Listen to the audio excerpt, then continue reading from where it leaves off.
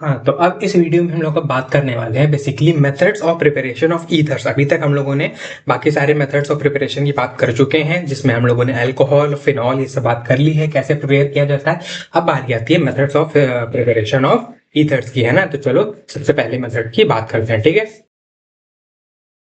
हाँ, तो बेसिकली इसमें होता क्या है कि हमारा विलियमसन सिंथेसिस रिएक्शन में हम लेते हैं सोडियम एल्कोक्साइड। सोडियम मतलब RO, है ना, RONA है ना, ये माइनस वाला पार्ट है। और इसके बाद हम लेते हैं क्या, RX, है ना।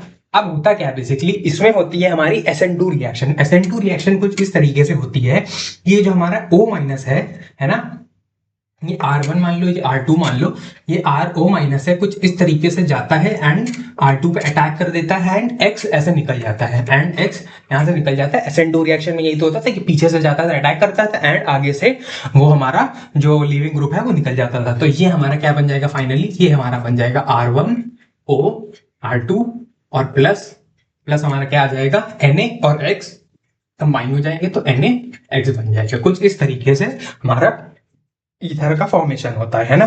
तो यहाँ nucleophilic substitution reaction SN2 reaction होती है ना, विलियमसन सिंथेसिस। एंड इंपॉर्टेंट बात ये है कि जो हमारा R2 होना चाहिए, जो हमारा R2X है, इसमें जो R2 है ये होना चाहिए 1 डिग्री, है ना। 1 डिग्री होगा तभी हमारा क्या बनेगा, ये बनेगा ईथर। अगर 2 डिग्री होगा तो मिक्सचर ऑफ ईथर एंड हमारा एल्कीन बन जाएगा, और अगर 3 डिग्री होगा तो हमारा एल्कीन बन जाएगा, एलिमिनेशन रिएक्शन हो जाएगी। क्योंकि जो हमारा RONA होता है ये वेरी स्ट्रॉन्ग बेस होता है, इस वजह से, है ना। तो इसको भी मैं समझा देता हूँ किस तरीके से, है ना। ये हमारा मैकेनिज्म है कि मैकेनिज्म कैसे होता है। फिर उसके बाद अब देखो कुछ एग्जांपल्स ले लेते हैं। जैसे हमने ले लिया CH3ONA, है ना, ये माइनस ये प्लस। अगर मैं इसको ऐड कर दूं किसमें, CH3Br में, है ना, CH3Br, तो ये क्या हो जाएगा बेसिकली, O माइनस पे जो ये माइनस है ये इस पर अटैक करेगा, इससे Br अलग हो जाएगा, है ना। तो ये हमारा क्या बन जाएगा, ये बन जाएगा CH3O CH3, है ना। CH3 ये इधर अटैच हो जाएगा Na, और Br साथ में चले जाएंगे, है ना, NaBr बन जाएगा कुछ इस तरीके से, है ना। तो ये हमारा, ये क्योंकि अब देखो ये 1 डिग्री था तो 1 डिग्री था तो हमारा सिंपल ये बन गया CH3OCH3, है ना। फिर उसके बाद बात आती है यानी कि डाईमिथाइल ईथर। फिर उसके बाद अगर मान लो हमने लिया क्या, C2H5ONA माइनस प्लस प्लस, हमने क्या ऐड किया इसमें, इसमें मान लो की बात है हमने ऐड किया CH3Br, है ना। अब ये हमने ऐड किया तो अब इसमें क्या होगा बेसिकली, ये इस पे अटैक करेगा, इस पे से फिर Br निकल जाएगा, यहाँ क्या बन जाएगा C2H5OCH3 प्लस NaBr। कुछ इस तरीके से हम लोग का ये वर्क करेगा, है ना। तो यहाँ पे बेसिकली क्या होता है, ये इस पे अटैक करता है एंड ये हमारा बेसिकली 1 डिग्री होना चाहिए। अब देखो अगर ये 2 डिग्री या फिर देखो 3 डिग्री होगा तो क्या होगा, है ना। देखो ध्यान से मान लो की बात है, अगर ये हमने ले लिया 3 डिग्री, है ना, अगर हमने लिया ये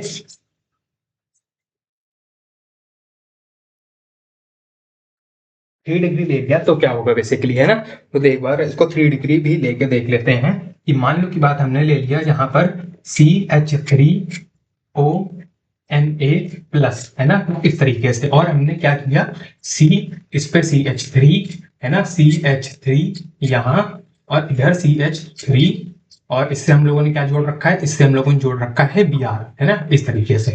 अब बेसिकली ये जो O माइनस, अब देखो अब क्योंकि ये 3 डिग्री है, 3 डिग्री है तो ये इस पे अटैक तो कर नहीं सकता, क्योंकि SN2 रिएक्शन में 3 डिग्री पे ध्यान से देखो बहुत सारी हिंड्रेंस, स्टेरिक हिंड्रेंस बहुत ज्यादा है, तो 3 डिग्री पे अटैक ये नहीं कर पाएगा। तो अब यहाँ पर ये जो CH3ONA है ये एक स्ट्रॉन्ग बेस की तरह एक्ट करेगा, स्ट्रॉन्ग बेस की तरह एक्ट करेगा एंड क्या करेगा, इससे डिहाइड्रोहेलोजिनेशन कर देगा। डिहाइड्रोहेलोजिनेशन मतलब ब्रोमीन जाएगा एंड बीटा पोजीशन से, बीटा पोजीशन यानी कि ब्रोमीन से जुड़ा हुआ अल्फा पोजीशन कार्बन, और बीटा पोजीशन यानी कि ये वाला ये वाला या ये वाला, इससे एक हाइड्रोजन चला जाएगा। तो बेसिकली हमारा कुछ इस तरीके से बन जाएगा, कैसा, ऐसा, है ना। हम लोग का इधर आ जाएगा क्या, CH3, है ना, इधर आ जाएगा क्या, 2 बॉन्ड से क्या आ जाएगा CH2, है ना, और ये आ जाएगा हमारा CH3, और प्लस में हम लोग का क्या आ जाएगा, प्लस में हम लोग का सिंपली आ जाएगा क्या, R RO क्या, CH3O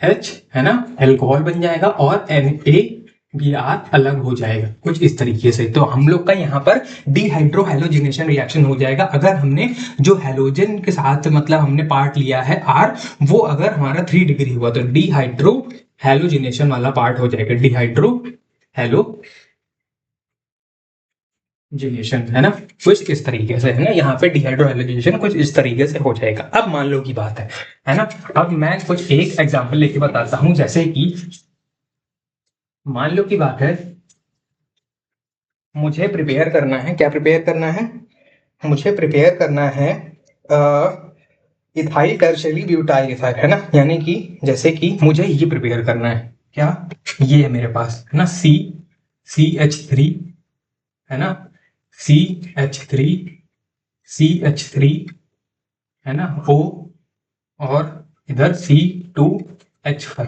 है ना, ये मुझे बनाना है। अब मैंने पूछा ये मुझे बनाना है तो मैं कौन सा प्रोसीजर फॉलो करूं, कौन सा प्रोसीजर फॉलो करूंगा, मतलब अब मुझे ये बनाना है तो देखो यहाँ पे O के एक साइड टर्शियरी है और एक साइड मतलब वो है प्राइमरी है ना। तो अब मान लो की बात अगर मैं ऐसे ले लूं, कैसे ले लूं, C2H5 वो माइनस Na+ है ना, और इसमें ऐड कर दूं, क्या ऐड कर दूं, बेसिकली ये CH3 Br है ना, ऐसे मैं ऐड कर दूं है ना, तो हमारा ये बनेगा। या फिर और में हम लोग कर लिख लेते हैं हमारा CH3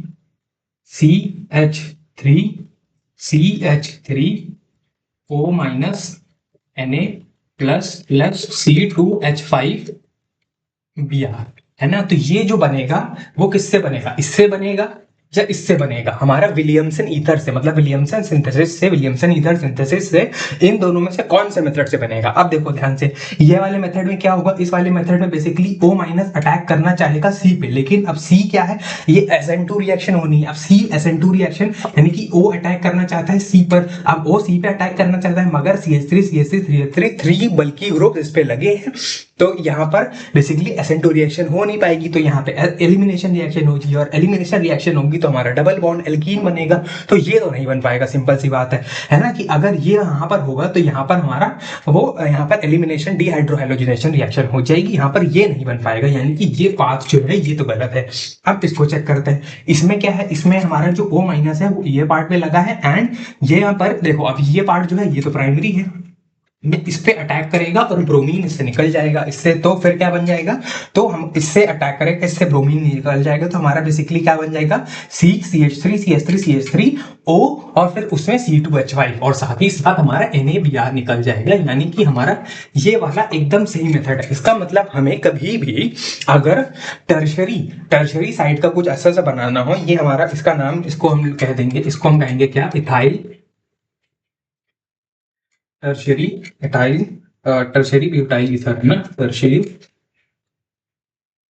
ब्यूटाइल ईथर है ना, इसका नाम हो जाएगा कि ये इथाइल साइड है और ये टर्शियरी ब्यूटाइल है और ये पूरा हमारा ईथर है। तो ये वाला पार्ट से ये इधर से बनेगा, क्यों, अभी वही मैं कहना चाह रहा हूँ कि अगर हमें कभी भी टर्शरी पार्ट अगर हमें अपने विलियमसन ईथर सिंथेसिस से बनाना होगा तो हम वो वाला पार्ट जो होगा वो हम RONA वाले पार्ट में लेंगे, ना कि हम इस RX वाले पार्ट में लेंगे, है ना। इसका मतलब हम ये वाला प्रोसीजर फॉलो करेंगे तो हमारा डिहाइड्रोहैलोजिनेशन हो जाएगा, और अगर ये फॉलो करेंगे तो हमारा विलियमसन ईथर सिंथेसिस कुछ इस तरीके से हो जाएगा। तो होपफुली ये पार्ट समझ में आया होगा, है ना।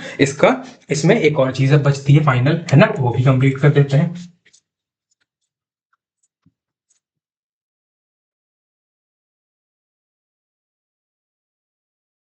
और फाइनल इसमें एक पॉइंट और बचता है जो है, कहता है कि अगर मुझे मान लो की बात है क्या बनाना है, मुझे अगर बनाना है ये एनिसोल बेसिकली क्या होता है, एनिसोल हमारा होता है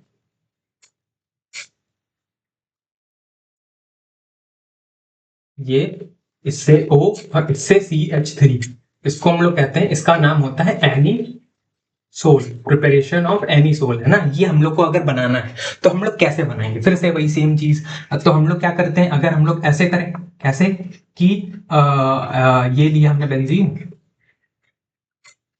है ना, इस पे हमने लगाया O माइनस Na प्लस, और इसमें हम लोग ऐड कर देते हैं, क्या ऐड कर देते हैं, वो CH3Br है ना, CH3Br ऐड कर दिया, मान लो की बात है, तो ये बन जाएगा। या फिर हम लोग क्या कर दें, और हम लोग करें कि हम लोग basically CH3O minus Na plus करें, और हम लोग इसमें ऐड करें ये क्या है हमारा Br ना, इसको ऐड करें। तो अब वही सेम चीज, अब ध्यान से देखो, अब इसमें क्या होगा, इस वाले पार्ट में है ना, इन दोनों में से कौन सा वाला सही है हमारा विलियमसन ईथर सिंथेसिस, इन दोनों में से किससे होगा। अब ध्यान से देखो, इस वाले में क्या होगा, इस वाले में जो O माइनस है ये अटैक करेगा बेसिकली इस पॉइंट पे अटैक करेगा, Br को निकालेगा। बट हमारा जो ये है Br, इसके पास क्या होता है, Br या फिर हैलाइड जो भी हमारा लगा होगा उसके पास होता है लोन पेयर। अब लोन पेयर होगा तो ये हमेशा, अगर लोन पेयर होगा तो ये हमेशा हमारे बेंजीन के साथ रेजोनेंस में होगा, बेंजीन के साथ रेजोनेंस में होगा तो हमारे Br को हटाना मुश्किल हो जाएगा।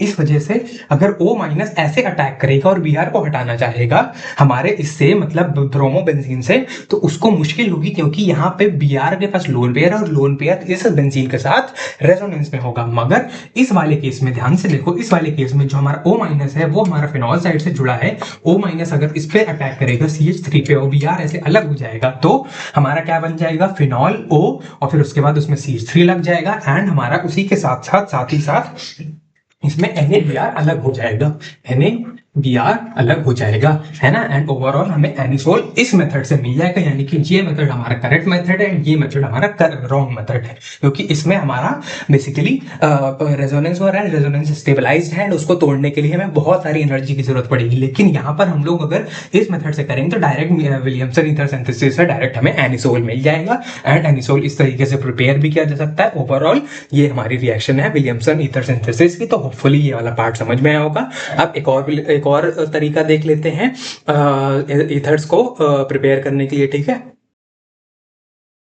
हाँ, नेक्स्ट अब हमारे पास बात आती है फ्रॉम एल्कोहल्स। एल्कोहल से कैसे बना सकते हैं, मान लो की बात हमने ले लिया ROH, है ना, ROH ऐसे ले लिया, और इधर से भी HOR, बेसिकली ये भी ROH के दो मॉलिक्यूल्स ले लिए, और हमने बेसिकली इसको हीट कर दिया कॉन्सेंट्रेटेड H2SO4 की प्रेजेंस में, कॉन्सेंट्रेटेड H2SO4 की प्रेजेंस में 413 केल्विन पे, 413 केल्विन पे। तो क्या होगा, H इधर से और OH इधर से ऐसे अलग हो जाएगा, तो क्या बन जाएगा हमारा ROR ऐसे बन जाएगा, और हमारा H2O अलग हो जाएगा। कुछ इस तरीके से हमारा फॉर्मेशन हो जाएगा, किसका, ईथर का, है ना, इस तरीके से, है ना। तो इसमें ध्यान रखने वाली बात यह है कि हमें 413 केल्विन ही लेना पड़ेगा, क्योंकि अगर हम इसमें 443 केल्विन ले लेते हैं हमारा यहाँ पर वो हो जाता है क्या, एलिमिनेशन रिएक्शन हो जाता है ना। इस वजह से 443 केल्विन लेने पर हमारा एलिमिनेशन रिएक्शन हो जाता है। इस वजह से हम यहाँ पर या फिर उसको कहते हैं क्या, dehydration of alcohol, dehydration of alcohol हो जाता है ना। अगर मान लो की बात हमने ऐसे ले लिया CH3CH2OH, है ना, कुछ इस तरीके से, है ना, CH3CH2OH, और हमने इसमें क्या पास कर दिया, इसको मतलब पास कर दिया कॉन्सेंट्रेटेड H2SO4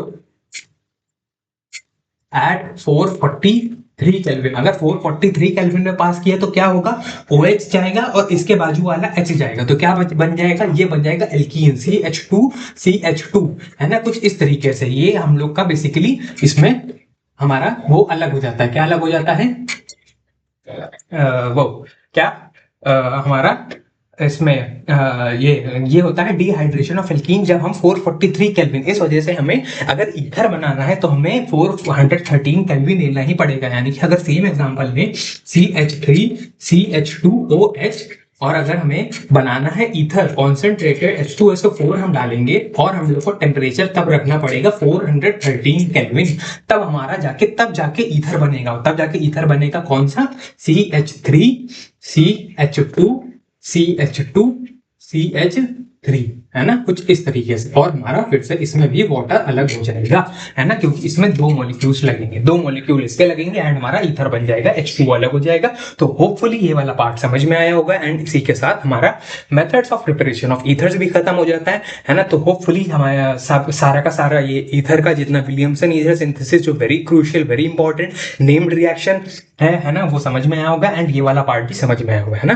तो thank you so much for watching. अब मिलेंगे दूसरी और वीडियो में, तब तक के लिए bye bye, thank you so much. फिर मिलते हैं बाकी किसी और वीडियो में। Thank you.